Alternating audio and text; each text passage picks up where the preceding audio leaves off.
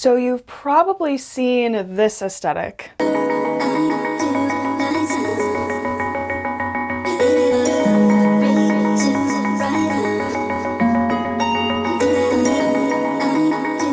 You know, the city, waking up early, exercise, fancy journaling, coffee/drink, and skincare aesthetic. The best girls are always going to be the most difficult. If you can't deal with it, go get yourself a basic one. The over-planning, privileged, rigid, stereotypical image of health and success aesthetic.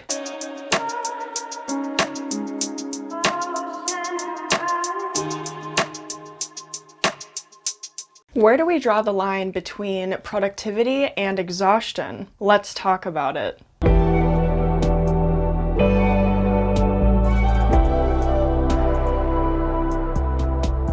Hello everyone and welcome back to my channel. Today I want to talk about that girl, and I'm actually dressed as her today. I have this Bella Hadid spiky bun, which I did way better in this video. I don't know what happened with today, but like, it's fine. I don't have an Apple Watch, but I have this Fitbit. Double pierced post earrings, lip gloss. Got a little athleisure moment. I don't know if you can see this skort with my tank top. Empty smoothie cup because I already drank it all. Face oil. And ooh, fancy planner. I really am genuinely a planner girly. Let's take a look. Or how about, this page is a little better, but this page. And last but certainly not least, I don't have AirPods.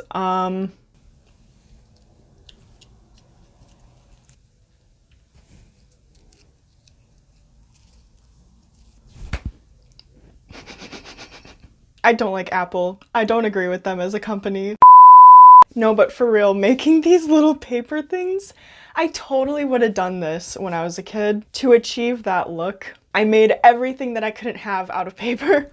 But anyway, okay, jokes aside, I genuinely did try to be that girl for a while, various times. I kept falling short somewhere, kept getting stressed out, and overall, I just had a really hard time seeing results. The problem is that the way that it all looks and the stuff that's, you know, a part of this lifestyle on paper seems like really good, but people are left wanting to be this very specific image of success and health, to look like the main character of some perfect lifestyle. And don't get me wrong, you can achieve anything you want to.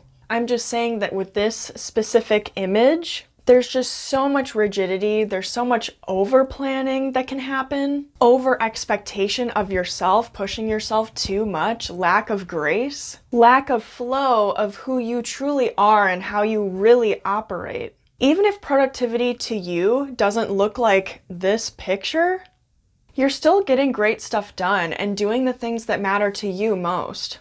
To me, that girl can be very cookie cutter, very prone to burnout, can almost glamorize certain aspects of toxic hustle culture. And when I said privilege earlier, I meant that not everybody has 2 hours of their time in the morning to do all of these things, to do all the skincare, to go to the gym, to make themselves a beautiful, fresh breakfast. Now, we should be able to do those things if it weren't for capitalism. But everybody has different circumstances. You have no idea how many comments I've seen under videos similar to the ones that I just showed you, saying, oh, haha, wish that were me, or oh, I don't have time for that, or oh, where are the kids in all this? Like, I feel like this is a very young, white, American, childless thing.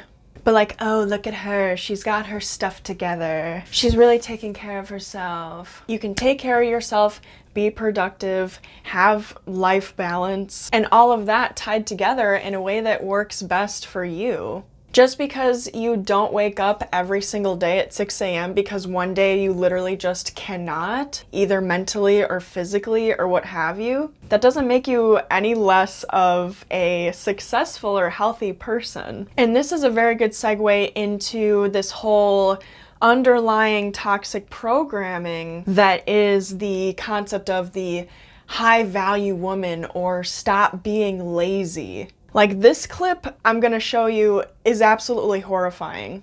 Oh, you're too lazy to go to the gym? Just like your ex is too lazy to put time into you? That's cute. I don't give a fuck! Get your ass up and go to the gym and put time into yourself! Get up! There are a lot of dangers to toxic productivity culture. The standards that we tend to set for ourselves once we start comparing ourselves to others. What we think we should be doing, etc. So okay, I want to get into my experience with trying to be this. I am someone who lives with anxiety, but also I just have a lot going on, especially back when I was, I guess, in the thick of trying to be this girl. I was working, I was a full-time student, I was trying to eat better for my health and going to doctors for my health. I was in clubs and activities, seeing my friends, all of this. And so in order to allocate my time properly and to sort of give myself some relief, I thought that planning would help. And it does, but not to the degree that this girl, that girl, says you should. 6 a.m. wake up, 6:30 get out of the shower, 6:45 make my smoothie, 7 a.m. do my yoga routine, blah blah blah, the list goes on. I tried a couple of different variations of this, but at the end of the day, trial after trial, I would get overwhelmed by the amount of color-coded activities that were in my planner every day of the week. For me personally, the look of things stacked like that makes me more anxious because I think, oh no, I have this stuff to do, I gotta get it done, I gotta get it done in this time frame. And so I actually had to dare to be softer. And this is something that I talk about in a couple of different videos sporadically on my channel. I'll show those thumbnails right here. It has to do with honoring ourselves and divine feminine energy. Because unfortunately, with the way that society is set up, what can happen is that we can get sort of detached from ourselves. We sort of try and play a character or a role because that's what we think we should do and need to do in order to be safe and to be perceived in a favorable way. In reality, you can liberate yourself by being your true self and allowing that despite what might be going on all around you. If you plan to the gods, it can actually be counterproductive. I was way too rigid before, and I actually found that I was able to fall into a solid routine by giving myself more grace and figuring out things for myself. I stopped looking at the media, I stopped looking at the aesthetic compilations or whatever. And I don't know if it's just me, but it took me a while to be okay with my natural way of operating. I'm on top of it. I'm known as the organized person in my friend group. Of course, the way I live my life isn't gonna look the same as some other people out there. And that's okay, that's normal. So to me, here is the solution. I'm gonna go over some concrete things that you can just keep in mind to insert into your day every day or throughout the week or throughout the month, whatever works best for you. I think one of the most important things is movement and food. Eating 3 nutritious square meals a day, having healthy options for snacks like fruit, veggies, and nuts, and taking some time, even if it's just 10 minutes, to move your body in any way that you can. Preferably every day. I'm still trying to get better at that. Sometimes, and see here, sometimes I get stressed, sometimes I get overwhelmed, or I just have too much going on that day to where my inner peace is threatened by setting aside that time. I'm trying to do it every day, but I'm not there yet, and that's okay. It can be as simple as walking around the block outside, doing a guided stretch video here on YouTube, or it can be as intense as going to the gym for your, I forgot the lingo, like your set, your routine, like that you do for many, many hours. There's flexibility here. And when it comes to the whole rising early thing, I found that it's most helpful that you don't get up until your inner core feels stabilized and peaceful. Now, what do I mean by that? I mean that if your alarm wakes you up and your chest feels tight, you're slowly becoming more and more anxious of what you need to do that day as you're laying there in the process of waking up. And overall, especially if you feel a sense of dread deep, deep down. If you're able to, and if you don't have anywhere to be really soon, lay there for a second. Just lay there flat on your back with your hands over your heart like this. Take some deep diaphragmatic breaths, deep breaths, and really try and calm your mind and spirit. The thing about the world today is that oftentimes we're rewarded for operating out of our sympathetic nervous system. That's the side of us that kicks in when we're actively in danger. We can't be so high up like that all the time. It doesn't allow our bodies to fully function physically, mentally, spiritually, and emotionally in the way that it's meant to. When it comes to organ function, heartbeat, blood flow, you name it.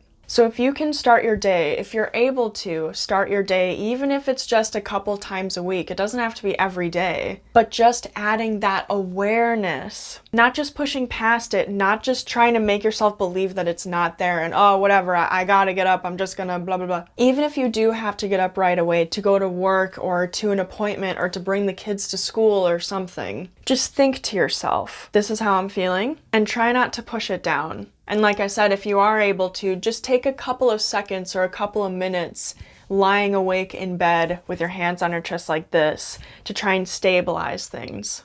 Your ability to get up in the morning might change day by day depending on what you're going through. That's your body's way of telling you that it's processing through this thing, whether it's physical, emotional, or spiritual. We need to give it as much rest as we possibly can during times like this.